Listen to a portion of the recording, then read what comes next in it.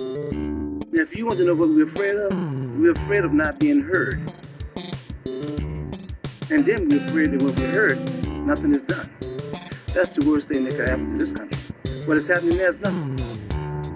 It's a wake-up call. And still nobody's listening.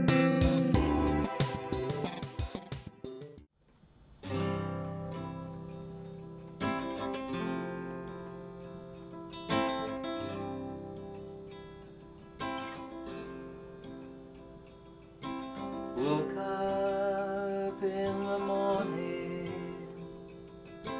music in my hand, not my friends around me, decision to be made. My mind is full of questions, but answer I should sing. If you have no direction, why don't you join me in my trip to interview America? Interview with America. Interview with America.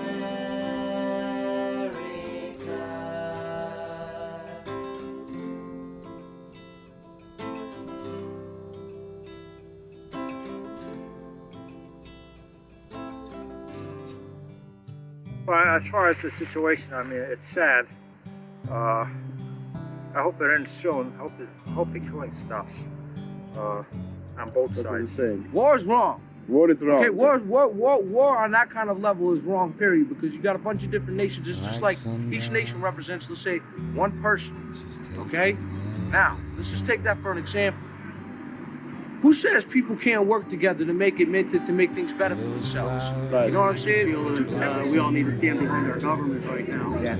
And, you know, if our government feels it's the right thing to do, then we need to stay strong and stay behind them. United. Yeah, united, exactly. Every American and every other person has to remember that if we participate in their hate, that we are doing the same thing they are. We cannot allow our souls to be taken over by the kind of hate that is taking over the souls of the people who have been doing these actions.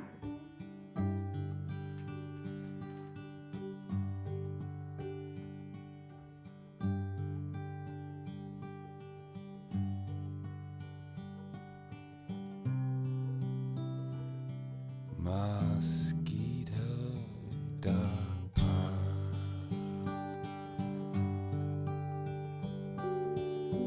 Arms hanging limp down by your side. You're the only one, the only one, the only one.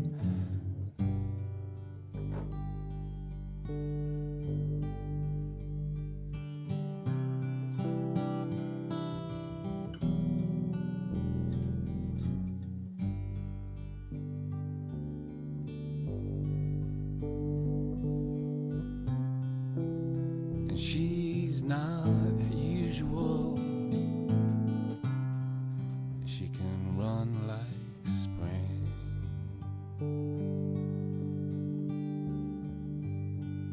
Worry has never solved anything. What is it going to solve? What will it achieve? It can't achieve anything. You have to sit down and decide what we're going to do about this. Who can I talk to? Who will listen? I'm never a fan of military action.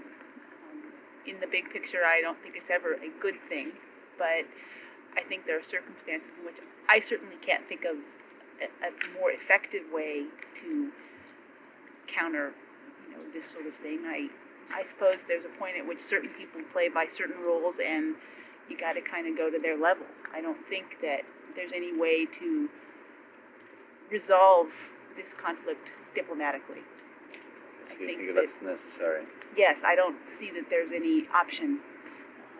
Why not?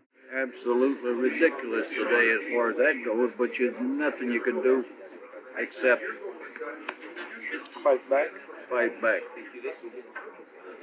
And if it takes wiping them off the earth, do it. As far as I'm concerned. I don't know. They're spending $2 million bombs on $10 tents. You know, I mean, they're just they're hitting sand and they're hitting rubble. I don't know. How would you think? Do you think it's a solution?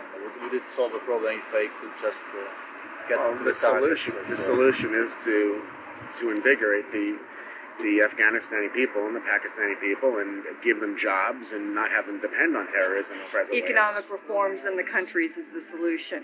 I think if you have hope, you don't become a suicide bomb. It was suggested that the same kind of extremely poor and desperate people in foreign countries that may do this that we call terrorism is similar to the very poor and desperate people in our own society that will turn to conduct that, you know, we like to think is unacceptable. But of course, we don't, me personally, people like me, have never experienced those kind of circumstances. And there are certainly people who think that they have very little prospect of ever achieving anything or ever making their life better. And They are ready to engage in, their sense of sacrificing is less than, you know, people like me have a million options, a million opportunities, and so when you start breaking things down, you lose things.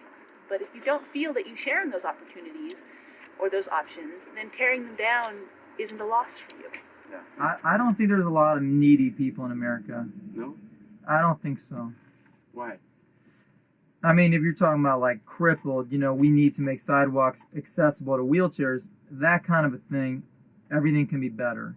But I don't think anyone's really suffering in America. We have a lot of jobs. A lot of people are giving. Look at all the people that gave money. Mm-hmm. Neighbors will help neighbors. But as far as spending a lot of money on military, the government doesn't care about that. They got tons of weapons going to waste. Me and my wife got divorced, well, not divorced, we separated in February, and I went out to the West Coast to live with my mother and my sisters, and I decided to come back up here for my son's birthday, which was October 2nd, and also to take care of some paperwork with my wife concerning our separation and divorce. And so I came back up here for that. I get disability, and I don't get enough to rent an apartment up here or anything like that, so I can't afford to live no place. So I stay on the street. You work your whole life. You struggle to succeed. You want to get to the top. You want to be on the 50th floor of the World Trade Center. You're a master of the universe, looking out over Manhattan, right? And now an airplane has just come in and destroyed that. If there's anything that's decent, it's made people reevaluate whether that's really where this capitalist society needs to go at this point in time. You know,